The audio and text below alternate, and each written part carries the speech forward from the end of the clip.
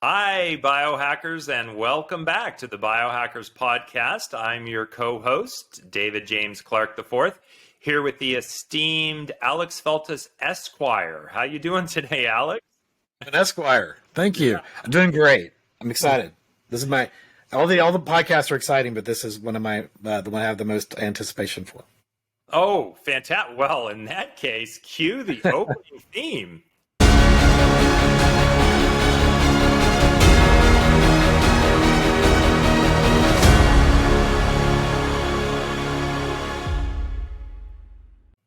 All right. We always love, I can never get enough of that opening theme.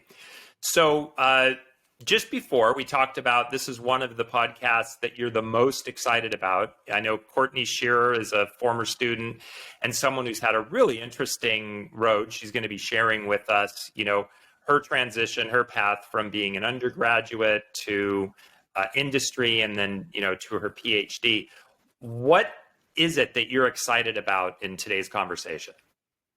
I think it's more of like Courtney's somebody that taught me a lot about the whole hackathon concept. Because more classical teaching, in the past, and I now moved to more, hybrid, digital, virtual delivery, and trying to blend together research with the teaching, and really removing the gap between research and education. I think that should just go away, and it all should be democratized, and then all of our problems as a species will go away. So this is Courtney got me on the path through the creation of hackathons at Clemson University that she built. Really just taught me what's possible, and I still have no idea how far we can go with this. What we're doing at Praxis AI. Yeah, I really like what you said about trying to meld together training, research, the hackathon as an event, but not a, one and done kind of event, but more of a perpetual event. And I've had personally some interesting experiences with hackathons. I just did a learning kind of technology hackathon at the end of last year. It was a hybrid hackathon. The thing that excited me about this one was we were all together in Orlando. There was, I think, 5 teams. You had those professional hackers, come in with their kit, and they were hunkered in for the 48 hours or so.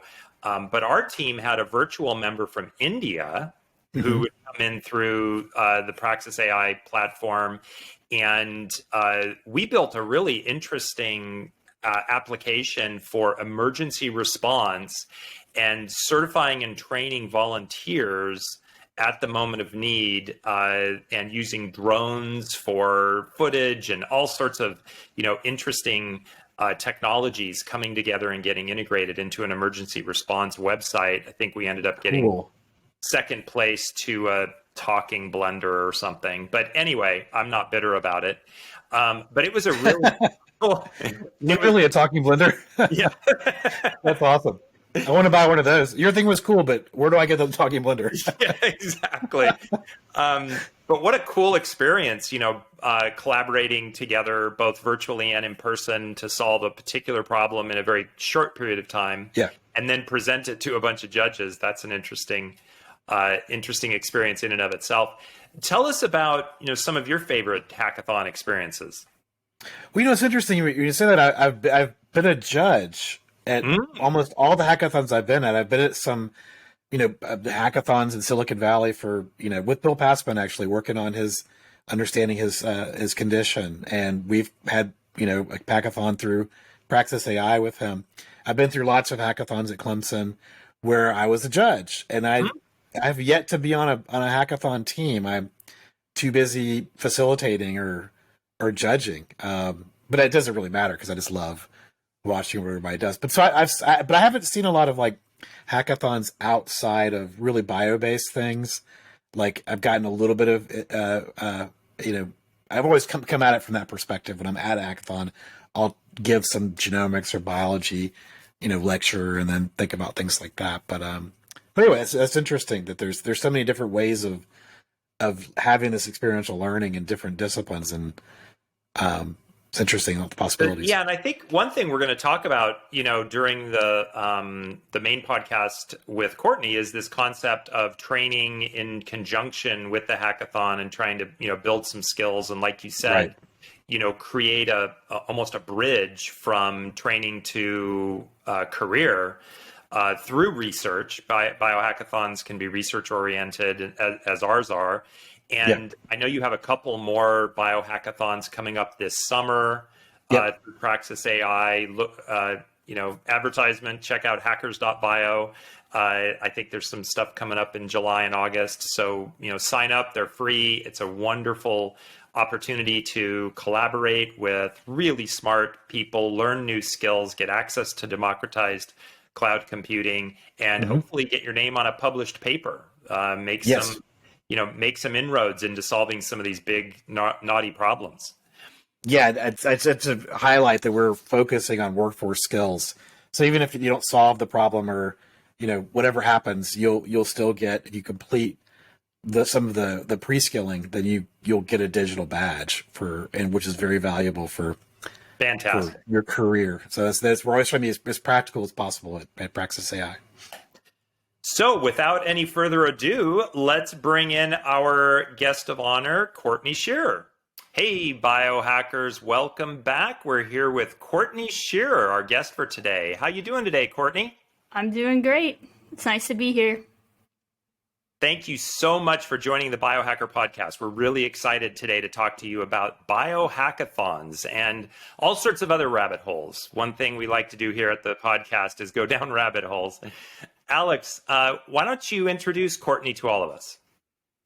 Yeah, so Courtney is somebody I met as an undergraduate at Clemson, actually as a freshman. I met her a long time ago, and I let her give her professional path, but she's gone through the private sector in biotech and now is actually in a PhD program. So she's seen a lot of different things. So I introduced Courtney as a Renaissance woman, a person who's multidisciplinary and has very, very intriguing views of the world. Wow. Nice. What an introduction. Oh my goodness. Courtney, how do you follow that up? So tell us a little bit about this transition that Alex just described. You were an undergraduate at Clemson. We're all very curious, as we've been talking to some of Alex's former students, what that experience was like. And then transitioned into industry, biotech, and then back into academia, what that was like over the last few years.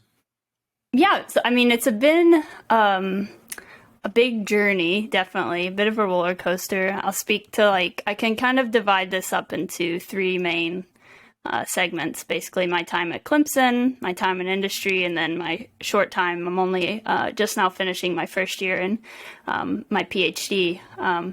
But to start at Clemson, I absolutely love Clemson.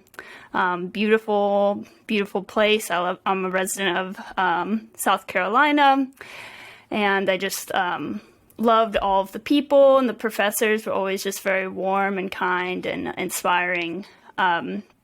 And then from an academic perspective, I did my training in computer science and I minored in genetics. And I kind of came into undergrad wanting to do computer science almost as this not knowing what I wanted to do, actually. And I figured with computer science, I could gain some practical skills and then figure out what problems I wanted to solve later. So at that time, I actually have an older sibling named Alyssa, and she had just completed a course, bioinformatics, with Dr. Feltus, and she was advising me, oh, you should talk to this guy. You seem to have an interest in biology, and your technical skills could be quite practical. So I spoke to Feltus. I probably just set up a meeting and just told him I wanted to start coming to lab meetings, and seeing if I could do some biology, and he was always very encouraging. The lab was, I believe, a bit small at that time when I started as a freshman, or at least it got bigger, it felt like, throughout the 4 years I worked with Feltus at Clemson. And I got to be exposed to a wide variety of projects, both from the data science side of bioinformatics, pure bioinformatics analysis, and even software engineering.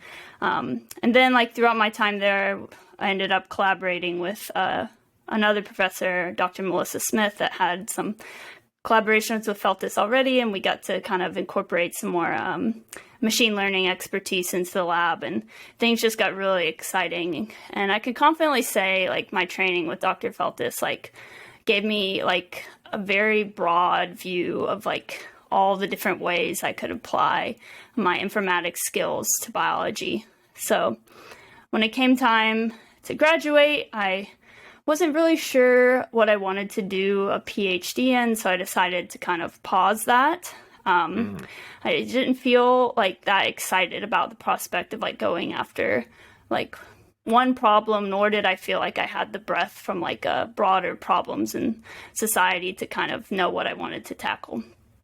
So I decided to, I knew I wanted to go more into tech, so I moved to California, and I was working in the Bay Area at a material science startup named Zymergen. And there I learned a lot more about bioinformatics from kind of more of the microbiology perspective, which was completely new to me, having worked mainly in like human disease and cancer with Dr. Feltis. And then after that, I moved. I was only there for a year because of difficulties in the pandemic. And then I moved to where I am now, to Cambridge, Massachusetts. And I was working for a prominent therapeutics company, Crispr Therapeutics, learning a lot about CRISPR biology, which again was a new world for me in terms of assay development and learning about gene editing and therapeutics more broadly. And this kind of set me up with not only an appreciation for like the different problems that are prominent in biology, from like therapeutics to like materials development, but it also built in me or instilled in me a lot of confidence moving into my PhD. And my PhD so far has just been a lot of fun, kind of getting to do rotations, which is what you do in the US. I've even dabbled a little bit in some wet lab, though not very adept there, being more of a computationalist. And I settled on a protein engineering lab with Professor Deborah Marks to work for my thesis. Wow, what a ride. Like you said, a roller coaster. Yeah. Oh my gosh. That's exciting. You know, CRISPR, I'm here in the Bay Area, went to Berkeley, you know, that whole really that whole discovery, and then now the creation of the company and some of the really amazing applications of that technology. That's a whole podcast in and of itself. And we'll definitely explore that subject with you in the future. But pretty exciting transition, again, moving from undergraduate to industry. And you did some really interesting work in industry. Very, very fortunate that you were able to get on with these really exceptional companies early in your career, and then realize, okay, you know, maybe I want to explore something a little bit more specific, go deep in one particular area. Like you said, is it protein engineering? Yeah, that's protein design, sequence design. Fantastic. Is that what you wanted? Is that what you want to do, or is that just a really good lab, a good project for you to get your training in? Well, I think like that's one of the specialties of Debbie's lab, but she is really a champion of tackling some of the hardest problems in environmental health and human health. And I think under her, I will be able to like figure out exactly what I want to do. This summer, I'm planning to kind of explore some different projects in the lab in more depth and try to figure out what I want to do my thesis on. But the lab is amazing in terms of the expertise from different postdocs and other graduate students. So let me ask it in a different way then. Do you feel like you're figuring out what you want to do for your like scientific career, or are you just getting started and it's a great foundation?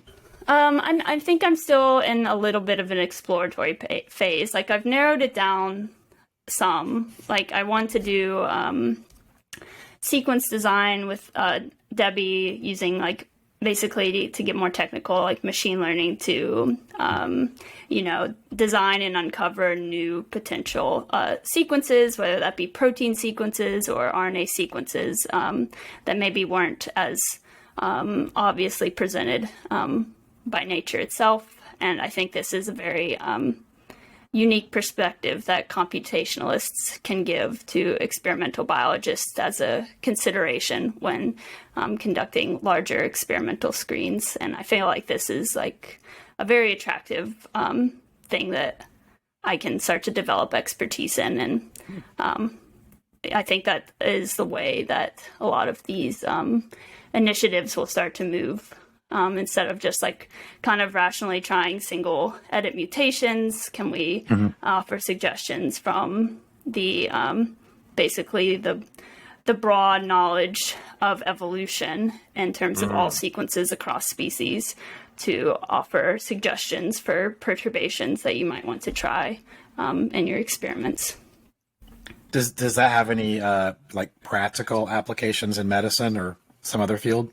Yeah, I think it's incredibly practical in the sense that you can literally design these sequences and synthesize them and then actually test them in a high throughput fashion and see if you can get drug targets for further like clinical development. Yeah.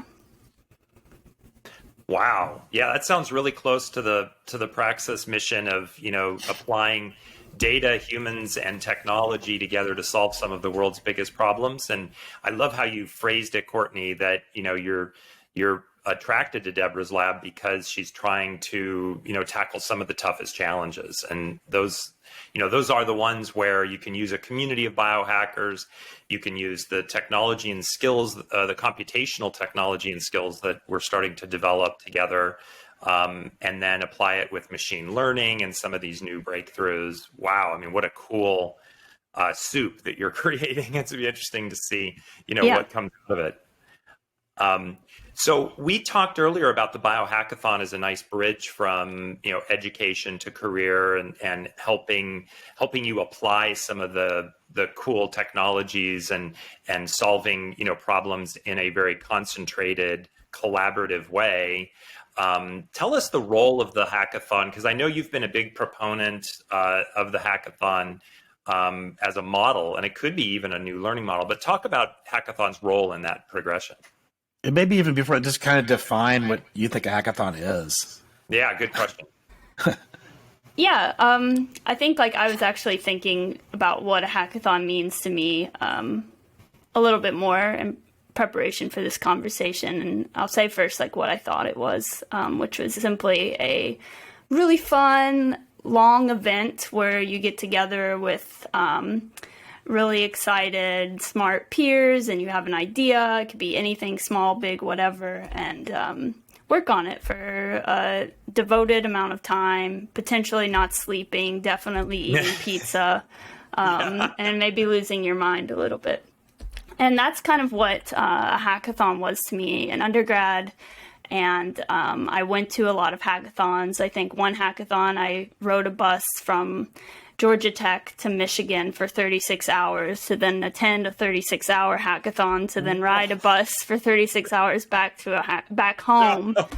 And I was obsessed, like truly obsessed and enthralled by this idea of just like really grinding out these ideas and having so much fun and meeting people. Now, given this was when I was like in my late teens, early 20s. I don't know that this is a sustainable model for anyone, but I still think a lot of that same energy, if you can capture that, like that is what a hackathon is, that excitement, that like idea of like, oh, I can do anything and I don't have to do it alone. Like I have fun peers to talk to, maybe they're new peers, maybe it's just meeting people.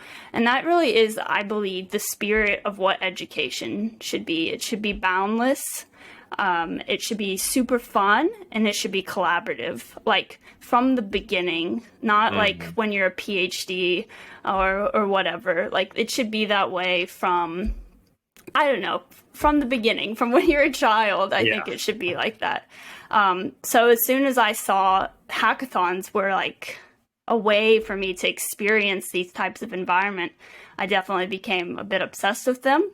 And I wanted it at Clemson in undergrad so bad that I just made one myself so that my peers could experience this as well. And I think that is one of my it's a very fun experience, and one of my proudest achievements personally was creating this hackathon, and having, now that I've left Clemson, it's persisted for multiple seasons. And I know people, it's not really about me at all, but getting to look back and see all of the cool projects, I'll always go to the pages and look at them, even though I'm like an old person now. So yeah.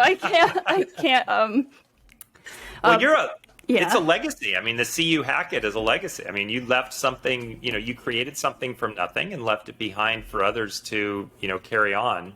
So congratulations. Yeah, thank you. It's a reward in itself just to see. I mean, when I was there, I was more intimately, I would see like students come that were freshmen and see them by the time I left being just so much more confident, but not just confident, but excited and like, I don't know, collaborative. Like, I felt like when I was at Clemson, at least, something that disgruntled me in my first few years is I felt very alone, and that I didn't, like, academically speaking, I felt very alone, and I felt like I was just like working on my homework or working on projects, and it wasn't very fun. It was just like, just get the assignment done, be done, and then forget about it forever. It's not very fun.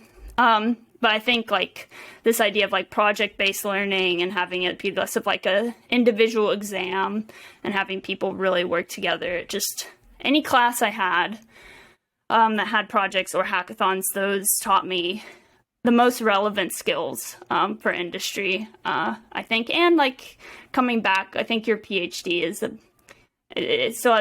it still has a different structure, obviously, than undergraduate training, in that you're kind of out there fighting on your own and trying to figure out what you want to do and what problems you want to solve, and how you cannot maybe deliver impact on like a local corporate level, but how can I deliver impact on a larger level? How can I find these types of problems, which is a bit more troubling sometimes, but yeah.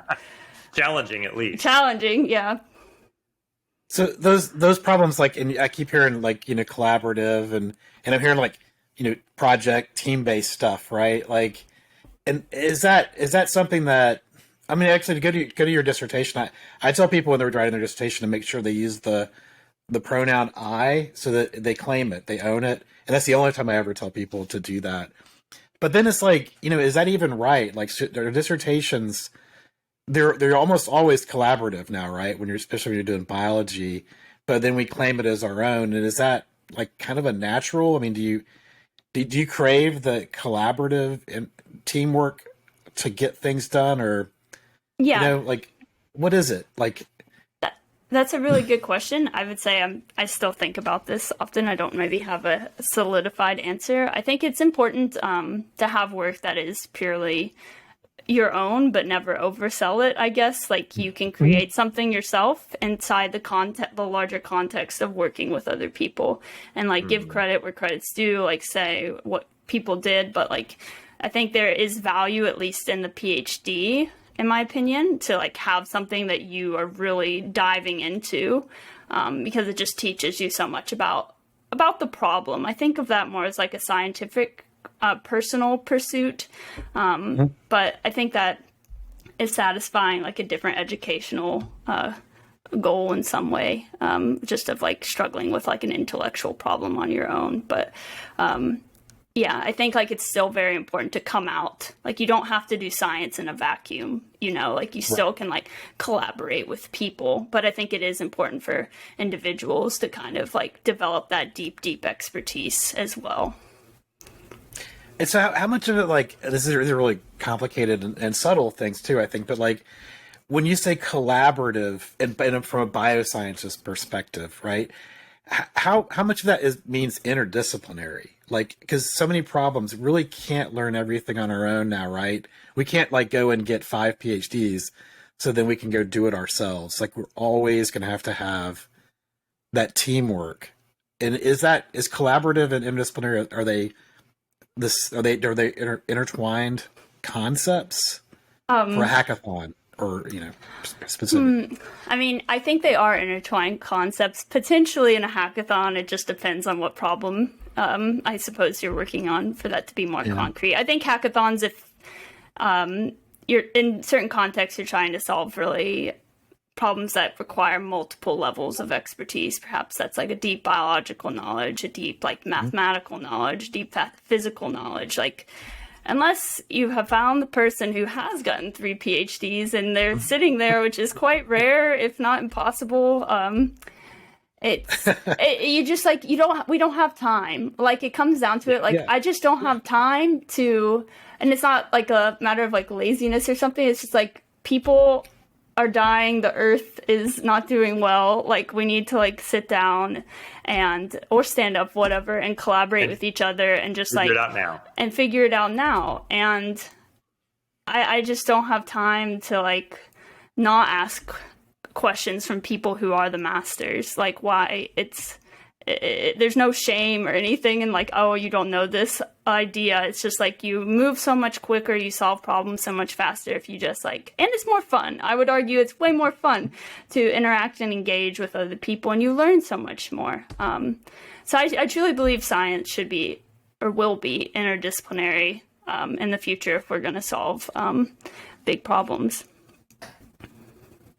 That's a big part of the biohacker community, is trying to make it as interdisciplinary as possible. And that brings us to this conversation we had earlier, Courtney, about, this spectrum. You had described a spectrum. I'd like you to maybe dig into that subject a little bit about, the computational side and the biological side, of being a computational biologist. We can think of it as wet lab, dry lab, whatever it is, science, computer science. But I've been fascinated. It's, I had the same kind of upbringing as you, many years earlier, but, did the computer science route, got a degree in genetics, did biotech, went and got an MBA, and ended up at Disney. So you have a really interesting future ahead of you. You're going to get a PhD and then go work for Disney. But, doesn't sound so bad. Yeah, I know. It was a wild ride. But there was always this kind of yin and yang going on in my mind behind, the science and the computation side. Things have gotten way more sophisticated now and more specialized, as we were just talking about. People really are siloing their, and going deep in a very specific subject.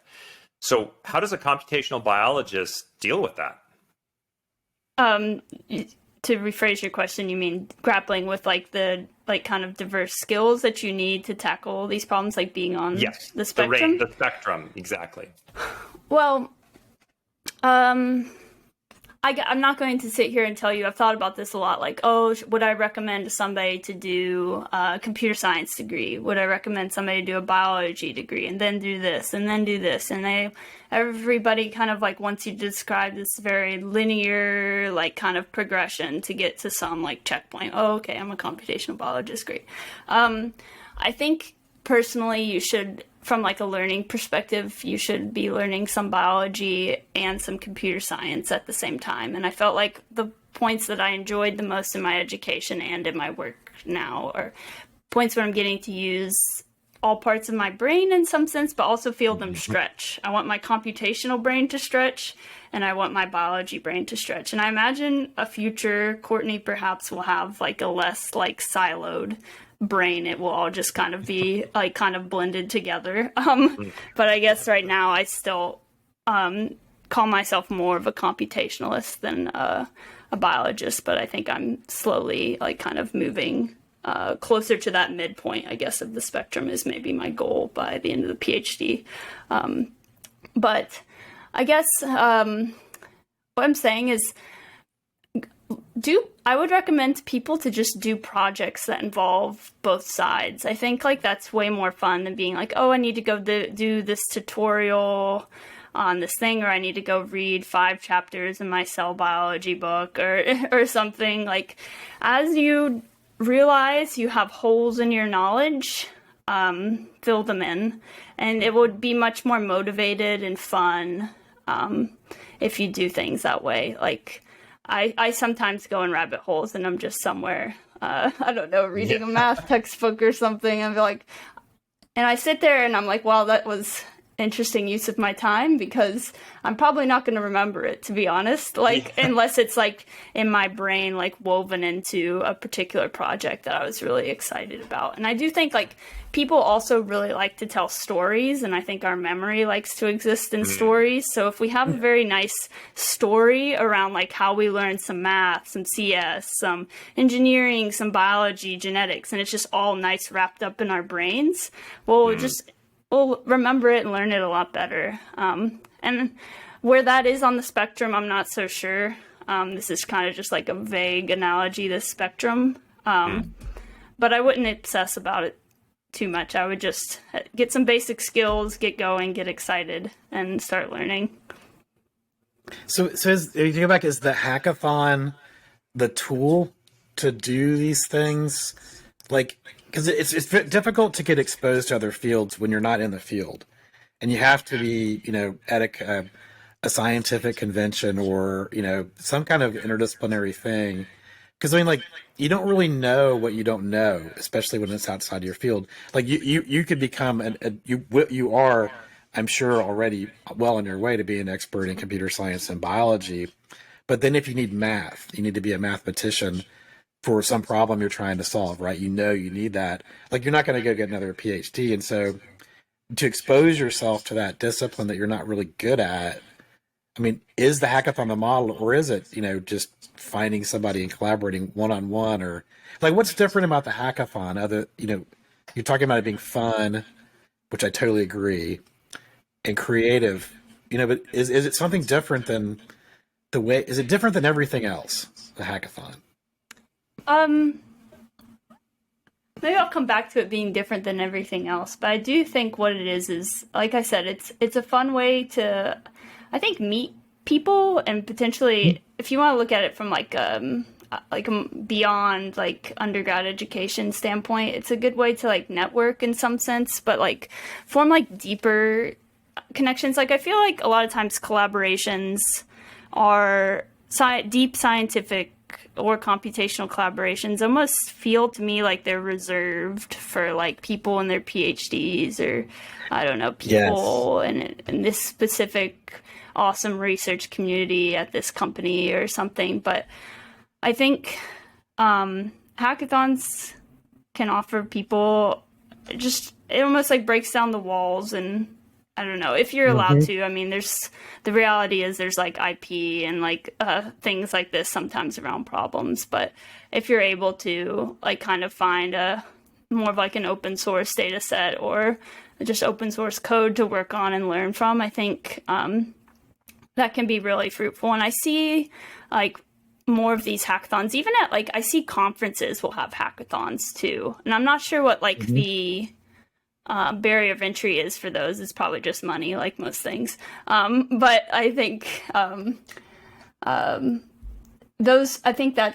we're seeing that as kind of maybe a realization that these can be really good for like meeting new people. I don't always know that a hackathon like cures cancer every time, but I like to think that it might be a stepping stone or a spark of some idea or some friendship or some collaboration that can lead to something more. They also can just get you going, I think, sometimes. Like, sometimes you're kind of in a rut and you're like, I don't know, let me just go to a hackathon. It seems like a fun use of time. They'll feed me. It sounds good. At least that was my perspective sometimes. Yeah. Pizza and coding. Yay. Yeah. Yay. So one thing Alex has done with the BioHackathon that's really exciting is we're, kind of expanding the concept and making it almost a perpetual thing. So, there's what we call the pre-hack, which is about a month before the event itself. And there's a journey available on the Praxis platform, and you can go in and you can learn about the subject matter, whatever it is, cancer transcriptomics. And if you complete the journey, you get a digital badge, which has its own value. And then you attend the event, which is usually a weekend, maybe 55 hours. And then after that, there's these presentations, and then the teams continue meeting weekly afterwards, really with the ultimate goal of producing a paper or some code in a GitHub. That there is this practical mechanism associated with the delivery of the IP or the idea or the contribution, because you talked about cancer won't be cured in a biohackathon, but we can make stepping stones, and those stepping stones, they really only have value if we get them out of our own heads and into some distribution mechanism, whether it's GitHub or a paper or whatever, and it's got to be open source, so that other people can build on that. And the other thing that's interesting, and I'd like to get your take on the platform, is, the virtual hackathon. Your 36-hour bus ride to Michigan and back, just stunning. But, they have fabulous pizza, in the Midwest. So that must have been a nice deep dish pizza. But you can do so much more virtually. And so the use of a Discord or some sort of, it's a gaming platform collaboration environment, then allows people to come together virtually, have that event, but then continue to collaborate virtually. What do you make of all that? What kind of platforms were you using? I feel like a lot of this like virtual hackathons kind of came about, and maybe I'm wrong, but I feel like it came about as like a product of the pandemic, and people still wanted to have these hackathons and have the same energy. I think the hackathon I started, CU Hack It, had a virtual, at least one, maybe two virtual years. I think those are great. I think I shouldn't have to get on a bus. Honestly, I got sick after that bus ride because I was like cramped on the floor of a bus, and like that was not fun. So I would much rather have done that virtually. I think sometimes there is a lot of value in having them be in person, though. I don't think virtual is like the thing to do 100%, but I think a mix is probably good. I think also having it virtual allows for more participation from people who otherwise might not have been able to join. Like a 36-hour bus ride you can do it. It sucks, you can do it, but there's some people that are not going to be able to fly across the world for your hackathon. So getting to really collaborate with like everyone, like globally, is a truly awesome benefit of having these virtual hackathons, which I would say is quite attractive for having them. Yeah, we need to figure out some sort of like augmented reality way of stacking cups. Oh. Some of the events and hackathons are fun. The face-to-face, there's nothing better than meeting together for anything, right? But we wanted to keep it virtual, even though it's not the optimal way, to make it democratized, because like that bus ticket, a lot of people couldn't afford, right? And just like there's so many people out there that are just, their brains are waiting to be unlocked, and I want to get them unlocked, for free, subsidize it. This stuff is nothing's free when it comes to data intensive computing, like we do with a lot of genomics work. But I really want that, the rural, student who just doesn't have access to things to be able to really to do it. But it would be nice if you could just get on a plane for free, right, and go anywhere you want. If we lived in a world like that, that would be ideal. Star Trek. Yeah. Or Harry Potter, just to to bring up another term. So tell me, Courtney, what's one of your favorite hackathon experiences? I mean, I would say my favorite experience was directing a hackathon for me personally, just getting to see it from that point of view. Like, I never appreciated as a participant how much time and energy and effort went into the hackathon, but I personally just experienced so much joy, like seeing the hackathon begins, if it's in person, it's very visual. So you see all these like nervous, kind of like sleepy people walk up to this building, trusting you for a fun weekend or whatnot. And then at the end, you see these like kind of hungry, deranged, also sleepy people like presenting something they have so much excitement about because they owned it, they created it, and they saw it through. And for me, that was like, I don't even think people who participate in hackathons always get to see that perspective. And that was just really, really awesome. And made it all worth it, like all the months and months of effort worth it. And then also seeing like for me from like, I guess more of like a pseudo like managerial perspective, seeing like the confidence of like the people I was managing to run the hackathon just blossom and grow, and see them gain confidence in their ability to lead people and to like drive innovation and drive collaboration was just really, really special to me. Great answer. Alex, how about you? Tell us one of your favorite hackathon experiences. My favorite hackathon experiences, I'm waiting for a moment to say, so like a lot of what we're doing is built from my experience with CU Hackett, and how transformative it was, and how much better of a professor like you and the CU Hackett team were than me as a professor. Do you know what I mean? Like, it was just so much, I don't know, like pre-synergistic, like just built in. Absolutely amazing. But when I didn't really understand what a hackathon was until I started judging it, right? I think I judged probably the first CU Hackett. As the professor comes in and listens to some teams, you get 5 teams and see what they built. And I was floored by what these people built, not so much the final product, but the process they went through in such a short period of time, where you see, like, I remember, like, maybe not CU Hackett, but the Hello World, freshman hackathon was one of the most amazing experiences to me. Was going up to a team of 18-year-olds, and they built like a really cool website, and they had hooked up to an API and did all this really, really fantastic stuff. And then I always grill the team on what their skills were before they started. This thing was like really pretty sophisticated Python based project. None of them knew Python. Wow. Before. And I remember Ben Shealy, Ben Sherman, he was Ben Shealy at the time, was one of the mentors with that. And he was, I got to talk to the mentor and how he was helping them learn how to do these things. And so, like, I saw like the mentor, the best way to learn is to teach, like, go through the roof, mentorship, the leadership of being able to, manage that. And then the skills that were just, sponged up, like the sponge is about to explode in 24-hour period. And I saw this and I'm like, I see little bits and pieces of how I train people in my lab. And I'm like, well, can you scale up the training when you build this kind of learning environment around something that matters, right? Like a patient or, some aspect of, climate change or any of these massive complex problems that we have.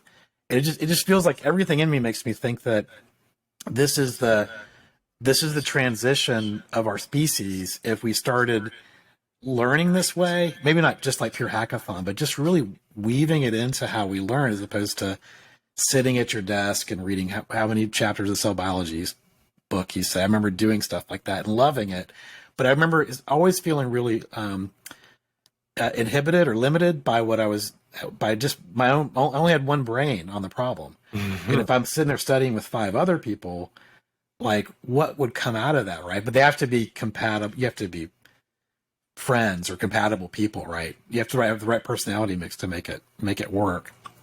So, but anyway, I just said the hackathon, the CU Hackett is definitely that helped me transition from kind of an old school way of teaching and learning to a new way. And thank you. But yep. And I would say, David, so what was your favorite hackathon experience? Oh, thank you. So, David, what was your favorite hackathon experience? So it was very recently, the Passman-Meharry BioHackathon, that we just had in April. And it was focusing in on the patient, Bill Passman, who led his own team. And you just described something really interesting. I think you coined a term like train hackathon or hackatrainathon or something like that, where Skillathon, I think. Skillathon, yeah. Right. But this idea that you could also learn, right? Yeah. We call it the pre-hack, but you're learning. So Bill comes into this going, okay, I need some computational skills in order to truly understand what's going on, with his rare kidney cancer, but also now, suddenly this tumor arising in his brain, and are they related, and what's the manifestation of different markers. So he was able to go through the journey, and we would meet with him weekly before the hackathon, and he was learning some key tools. You talked about the Python, the students learning Python to build their website, and then in that 55-hour hackathon, he was more skilled and prepared to actually apply what he had learned to a real hypothesis. His team came up with one. He did this really cool presentation, and then he's been in all of the office hours, the weekly office hours since then. You mentioned Reed Bender has been. We did a podcast with him about chaos theory, and so that kind of got Bill Passman excited, and now he's integrating some of Reed's theories, around that. So it's truly a collaboration and an opportunity to learn in a very unique way. And just to be able to watch that, I have a degree in genetics and I didn't know half of what people were saying. And it was so exciting because of the nature of creativity and being able to see it, people ideate right in front of me. Mm-hmm. That was exciting. So anything else? Is there anything we've left off, Alex or Courtney, that you wanted to talk about? Do you feel like you know where you're going to go? After your PhD, do you have a plan, or is it still like I don't know what I'm going to do when I grow up? Because I feel that I'm in my 50s and I still don't really know what I'm going to do when I grow up. I feel like. I think I actively try to kind of fight against knowing what I'll do when I grow up, I guess. I'm very anti that, because I think it's better, you maybe have some kind of what am I doing right now? I'm trying to finish my PhD. I'm trying to figure out what problems I want to work on my PhD. I think that's sufficiently complex for now. I'm not really that concerned with what I do after. I just know how I want to feel is mainly what I think about, not what I want to have an accolade or specific thing. I want to feel every day excited, or most days excited, when I wake up to go to work on whatever I'm working on, to get to work with whomever I'm working with, and to get to work on problems that I think are truly meaningful and will help human health and help us with battling some of the problems with our planet right now. And I think that's about that is kind of maybe the only thing I think about, is just I want to always feel excited about what I'm working on. That's great. Yeah, I see that. Everybody see that in so many people, that there's more people I've noticed are saying, I want to do something that makes a difference, and not just how much money can I make, right? And those two things can go together, I think. But it's so important. I mean, because it's motivating, right? That's one thing I love about the hackathons, when you bring real data to it, like a patient data set or something like that it has meaning to people. They know they're helping somebody, and it's just so much better to learn while you're helping somebody than learn and then help somebody. To me, it just almost doesn't make sense anymore, the way we abstract and things so much.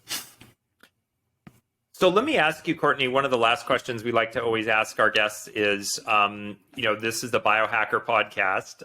You're one of the original BioHackers. Thank you very much. So what is a BioHacker to you, and do you have any advice for our friends out there? Yeah, that's a good question. I suppose a biohacker to me is somewhat like a regular hacker, except you are focused on biological problems, and I would hope that a biohacker is focused on biological problems for good. Mm-hmm.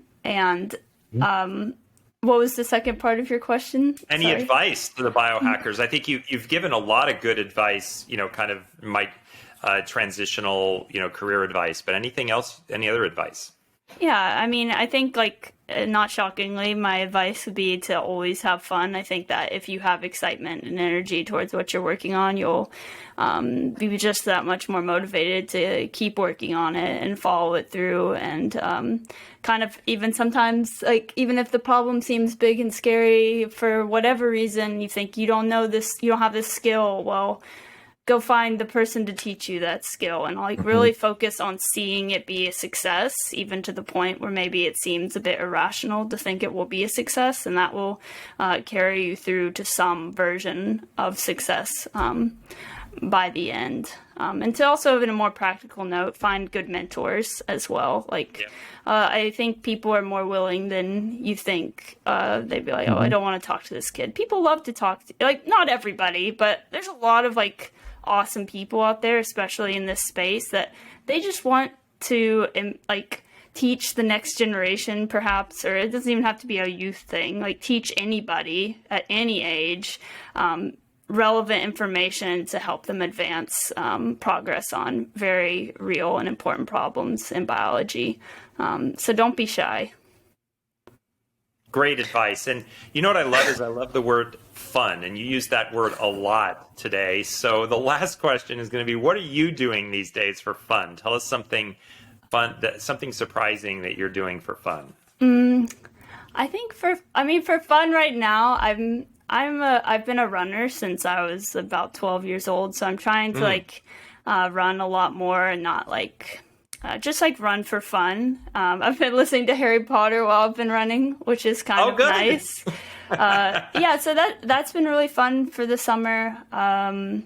And then I'm also just trying to, whenever I read papers and things, I mean, I am a PhD student, so that takes up the bulk of my time, is just learning and reading, which I find to be really, really fun. When I read a paper, try to have fun with it, enjoy it. I'm just trying to enjoy everything I do a bit more. And I think there is some nice symmetry there, or a nice metaphor with running. Once you get running, it can almost be kind of fun, and you're just kind of flowing through it. And sure, some days are really, really hot and you're really, really tired, but just run through that day. Maybe tomorrow will be better, and try to have fun even when it's when it's difficult. So I'm just trying to I guess not wait for any particular milestone in my life to start to be happy and enjoying the process. It's just enjoy now. So that's just what I'm trying to do, I guess. Enjoy the process. That's great. That's great. Great advice. Yeah. They say that some of the best performers are the ones that enjoy the practice and rehearsals more than the performance. So that's great advice. Well, thank you so much, Courtney. It was a real pleasure having you on the show, and we look forward to connecting with you again soon. Cue the closing theme.